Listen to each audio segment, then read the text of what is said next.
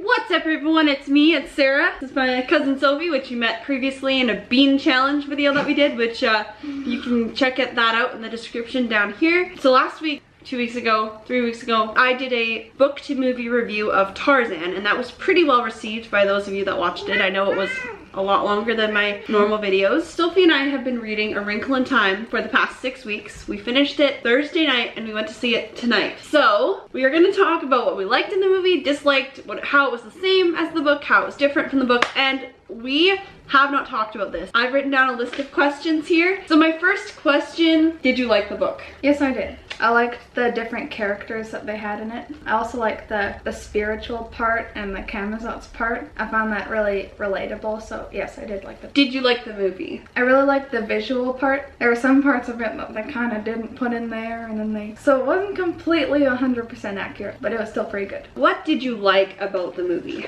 I think they really did the it part really well. Okay. The intensity. Yeah. I liked Charles Wallace. I wasn't expecting him to be that real as he was in the book. I was expecting him to be a little annoying, little bratty 5-year-old. What did you like about the book? I guess I really appreciated the relationship between Meg and Charles Wallace in the book.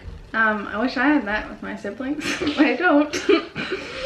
What I liked about the movie was they had some really good scenes. Like, I cried a lot in that movie. Like, I cry in every movie, but like not just me cried. Like, Sophie cried twice in It takes a lot for that to happen. Yeah, I cry all the time, so I'm not really aware of like how much it takes to make other people cry, but yeah, like she cried twice. I was like, whoa, okay, this is like actually really good. I found that the way that the characters interacted with each other when they found each other, like, I don't know if you agree with me or not, but like Meg and her father, the way that they met and they didn't immediately rush to each other. They were very much like almost shocked that they actually found each other, and they were very slow, and then like immediate, like it was just like so much more intense and so much more tender that they weren't just like dad, like ran to each other. Like, it was more real. I cried at that part. Yeah, I know. Sophie's like sobbing. I'm like, no, Sophie, don't cry. I also really appreciated, and I don't know if you picked up on this or not, in the school, all of the displays were women-centered. And I know like that was definitely like a choice, I'm pretty sure, by the director, because it was very much marketed as like a female lead movie with just a lot of women. What inconsistencies did you notice in the movie? Charles Wallace was suggesting some of the people that might have seen the universe, and so they said Jesus in the book, but they didn't say that in the movie. Yeah. And like what you're saying is there's a part in the book where they list off a bunch of people who impacted the world in a good way, and in the book they say Jesus first. In the movie they don't mention Jesus at all. I think that's weird to not even include him, because the whole point of A Wrinkle in Time is that it is an allegory. If you haven't read the book, this is a bit of a spoiler, but it is an allegory for the fight between good and evil in a Christian, like it's a Christian book. Definitely, it has lots of scriptural references in it, and the movie didn't have any of that, which I'm gonna get to that in part of my inconsistencies. What other inconsistencies or things? I can't really think of anything else. I have a bunch. Something that I really irked me was definitely the spiritualness. It felt like they took the Christian spirituality, which, like, if you're not a Christian, you're watching this video, like, I'm not trying to say like that you can't enjoy like that it has to be a Christian movie every time or anything, but the book is Christian centered, so they really took that, and I found they kind of almost gave it like a yoga kind of a feel, because there's like this one scene where like the happy medium like gets them all to do like almost like a meditation kind of a thing, whereas in the book, no, like he just actually does it for them. Also, that leads me to an actual inconsistency. The happy medium is called the happy medium because they're always happy, and then like they get really sad because they see a dark planet. In the movie, he's just kind of like this weird bearded, like he wasn't very happy. He's more like just a millennial who lives in a cave, like at that point, and it was just like kind of funny. They still called him the happy medium, and the point is that it's a nickname, not his actual name. So didn't like the three spirits, like Mrs. Who, Mrs. Which, and Mrs. What's It. I found they were too beautiful, and like I don't think they were cast correctly. In the books, they're described as being like kind of weird and like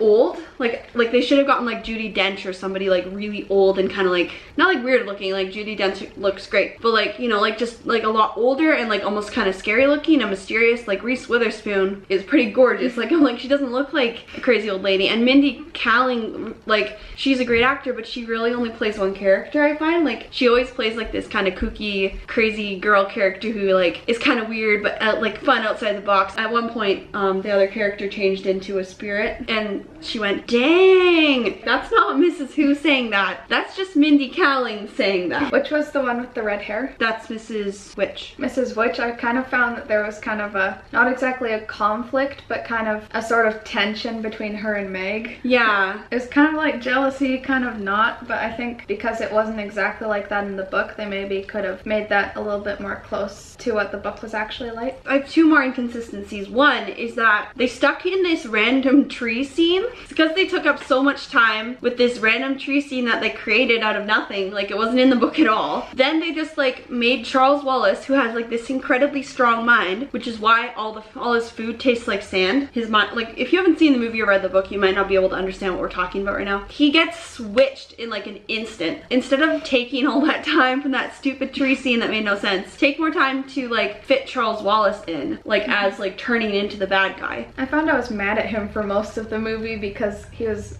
a bad person for most of the time. Yeah, and then like the ending, even like the end in the book, like I cried at the end in the book because at the end of the book, Meg is like, she realizes that the thing that she has that the other, like the bad guy, that it doesn't have is love. And so she's yelling to Charles Wallace, she's saying, I love you, no matter what you do to me, I will love you forever.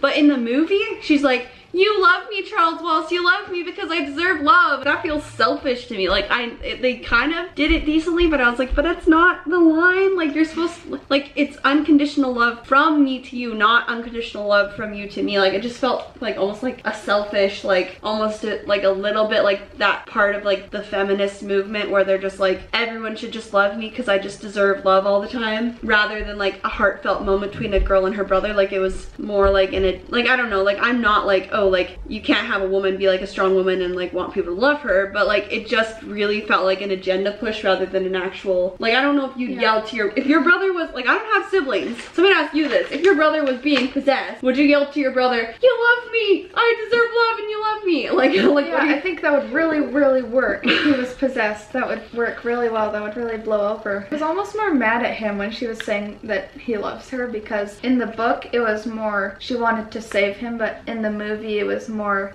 she was mad at him for being taken over by the it, which they call it. I just think that it should have made the relationship between the siblings more accurate. Yeah, and then like they also cut out this one part where she actually like does resolve things with her dad because she gets really mad at him. But like, so in the book he takes them away from it because they're literally gonna all get taken by it otherwise, and takes them to another planet, but he can't take Charles Wallace because Charles Wallace is already too far into it. But then they just made it look like he was really like scared and like weak and they were never gonna go back for him, but like that wasn't his intention in the book. And I just kind of was a little bit mad that like in the movie they just made him look like this almost like a villain character, because he was just like, whatever, we'll just leave our son. The dad wouldn't have had the same relationship with Charles Wallace because he was only a baby when he'd last seen him, but I think that it was his son whether he was possessed or not. The one other thing, like, and then we'll move on to the next question. First of all, Charles Wallace is suddenly adopted rather than born, and then they also got rid of, there were twins in the movie that were like after Meg, and I think like the fact that they weren't there was a little bit, like, it didn't really affect anything. They weren't really big characters in the story at all, so that wasn't a big deal. But Charles Wallace was adopted, which like that's fine, but then like the next door neighbor, like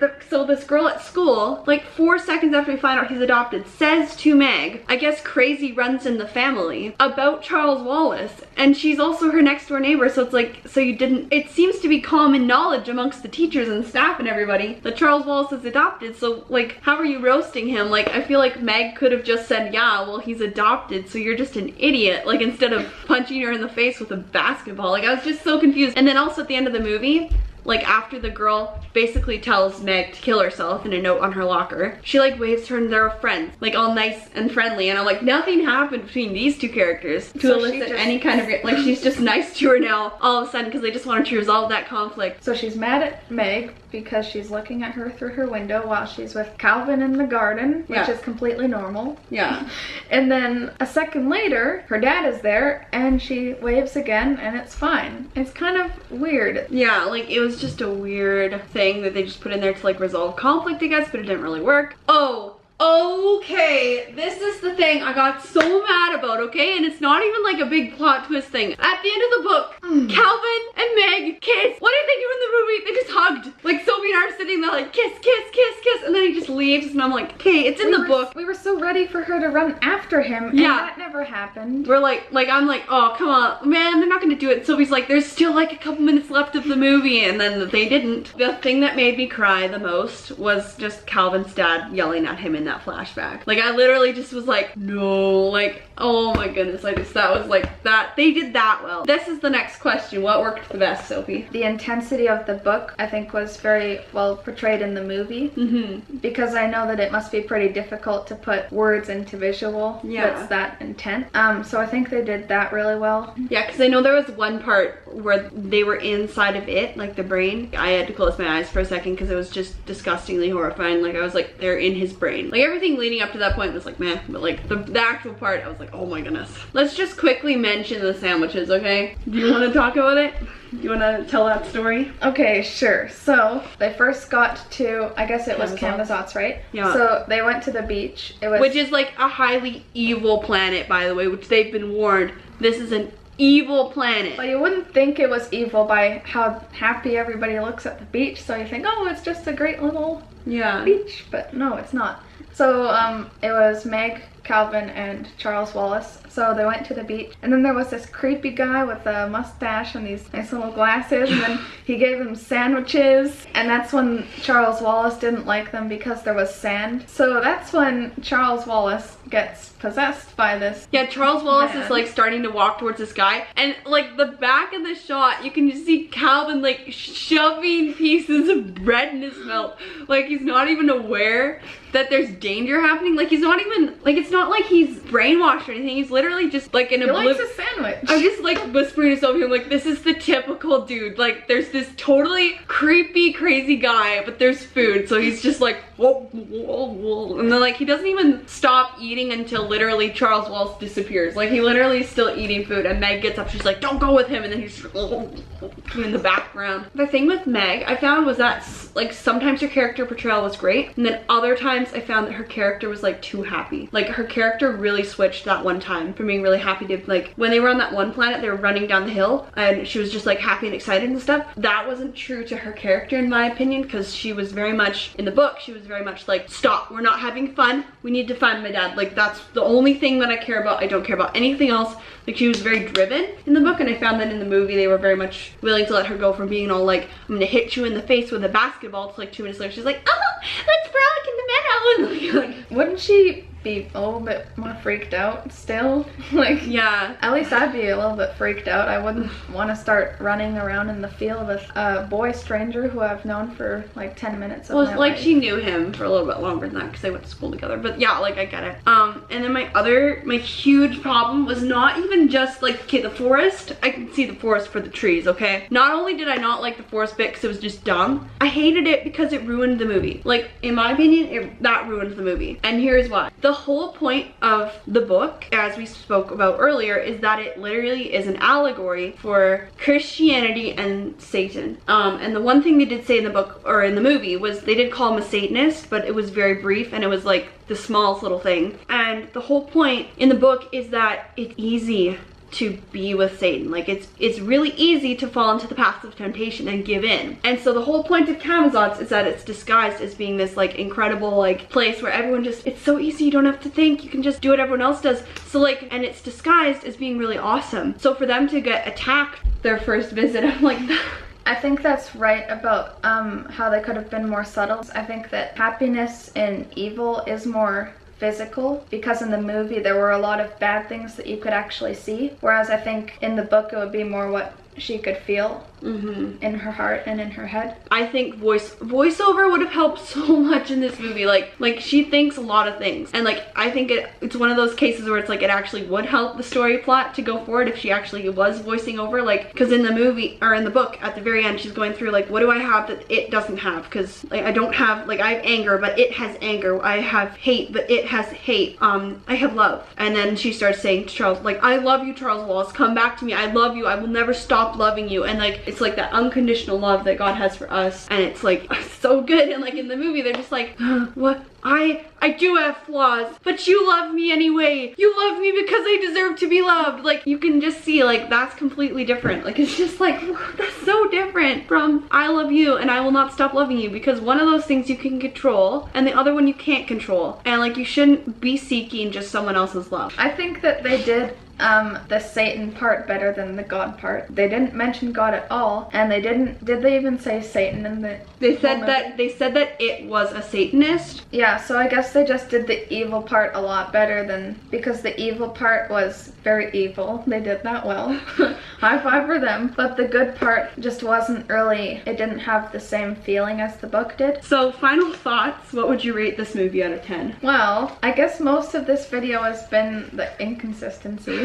I enjoyed it a lot. I guess I would rate it 7. Yeah, I was gonna say, like, a solid 7. Like, it's good enough to go see once and then not see again. Would you recommend people go and see this movie? I guess not for kids, because some of the scenes were pretty intense. Dark. But just general audiences, would you recommend that they go and see this movie? I think, yes, I think I would. Yeah, I would say yes, but I would also say, like, if you're a Christian family and you're really wanting to get like that good message out of it, I would read the book first, then I would watch the movie, and then maybe have a discussion with your kids about like differences between them, or like what we liked about the book, or maybe just more focus on the book. The book is a lot better than the movie. I would recommend that everybody read the book. I would recommend this movie. Just be aware there won't be a kiss at the end, so don't watch it if you're sensitive to really violent stuff. Like, there's no blood or anything. There's no blood, but it's just intense. Yes. This is Sarah and Sophie singing, signing out.